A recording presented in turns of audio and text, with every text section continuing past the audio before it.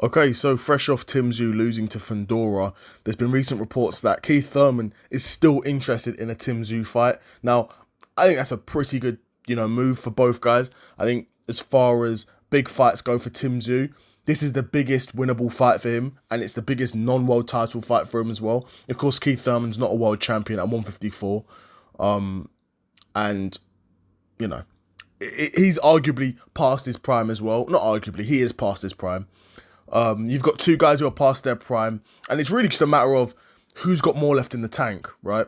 Of course, Fandora's coming off 3 losses now in his career, 3 losses in his last 4, 2 stoppages in his last 3. He's definitely not got the momentum behind him. That being said, Keith Thurman's not got a ton of momentum himself. His last fight was in this past March, sorry. And he won by a knockout. It was a good performance. Big knockout. Showed he still got power at 154. But, I mean, not really. Because that was like his first knockout in years, right? I'm still not convinced that Keith Thurman's actually a puncher at 154. Whereas we know Tim Tszyu is a puncher at 154. Of course, against Fandora, Tim Tszyu struggled to find his range, and struggled to consistently land. That being said, he was able to land at times. And the only question in this fight would be, can Keith Thurman take the shots from Tszyu that Fandora was? I'm not convinced of that. This is the Keith Thurman that got dropped by a 40-year-old Manny Pacquiao at welterweight. Now you want to fight a Tim Tszyu at 154. I know Tim Tszyu's lost a couple fights. We all know that. We saw the fights, right? But they weren't, apart from the Murtalazayev fight, that was a bad performance. He just got steamrolled. But against Fandora, the first fight wasn't necessarily a bad performance. And this fight, it was competitive, but Fandora was just putting a beating on him. But again, that feels like it's more to do with styles. Of course, Tim Tszyu's probably not got that much left in the tank. Like, if he loses to Keith Thurman, that will be like his last fight at elite level boxing. Forget world level. Like, Keith Thurman's not a world champion, but he's at world level, right? He's top 5. He's in and around. He's probably 1 or 2 wins away from a world title fight, Keith Thurman, right? So if Tim Tszyu can't beat him, then he's really washed.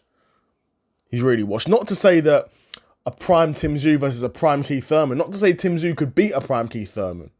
Because a prime Keith Thurman was a unified world champion at welterweight and had a lot of good wins under his resume. A lot of good welterweights, but none of them were probably as big as Tim Tszyu. And off the top of my head, thinking of the guys that he fought at welterweight, your Sean Porters, your Danny Garcias, none of them probably hit as hard as Tim Tszyu hits. If we're being honest, I think stylistically they're different, but none of them probably hit as hard as Tim Tszyu. But I'm inclined to pick Keith Thurman to beat Tim Tszyu, to be honest, though. I think Keith Thurman can still show enough ring generalship and can still get through 12 rounds, probably a bit easier than Tim Tszyu can at this point. Being honest, I don't think he's able to stop Tim Tszyu. I don't think he's got that much power left. I think he's got enough power to stop a guy like Brock Jarvis in March, which is what he did. But I don't think he's got enough power to stop a Tim Tszyu, even a past his prime Tim Tszyu that has been stopped 2 times now. I don't think he's got that in him. But Keith Thurman said he's eyeing this fight for, a potential fight on the Gold Coast. And again, that would be pretty big in Australia, I'd imagine. You've got Tim Tszyu, who in Australia is probably still, even now, a big star, because Australia's not blessed with a ton of world-level boxers. So he'd be able to probably sell out a decent little arena there and probably make some money out of it. So fair play to them. And I think makes sense for both guys. Because I don't think Keith Thurman can beat any of the current world champions at 154. In my opinion, I don't think he beats any of them. So, you still want a big winnable fight. The thing is, it's almost a 50-50 fight for me. But neither guy is able to beat world champions at 154 at this point.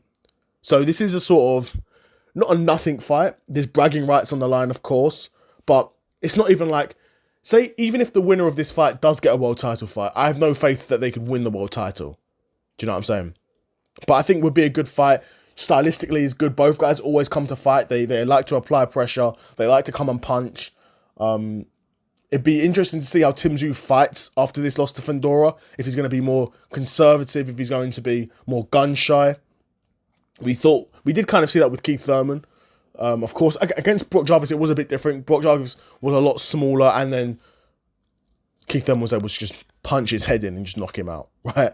And was a really good knockout. But yeah, we'll see what's next for both guys. Do you think Keith Thurman could beat Tim Tszyu? Or do you think Tim Tszyu is still got more in the tank and a better boxer than Keith Thurman? I'd be curious to know what you guys think in the comments below. But yeah, another episode of the Seth Solo Side Quest in the bag, and I'm out. Peace.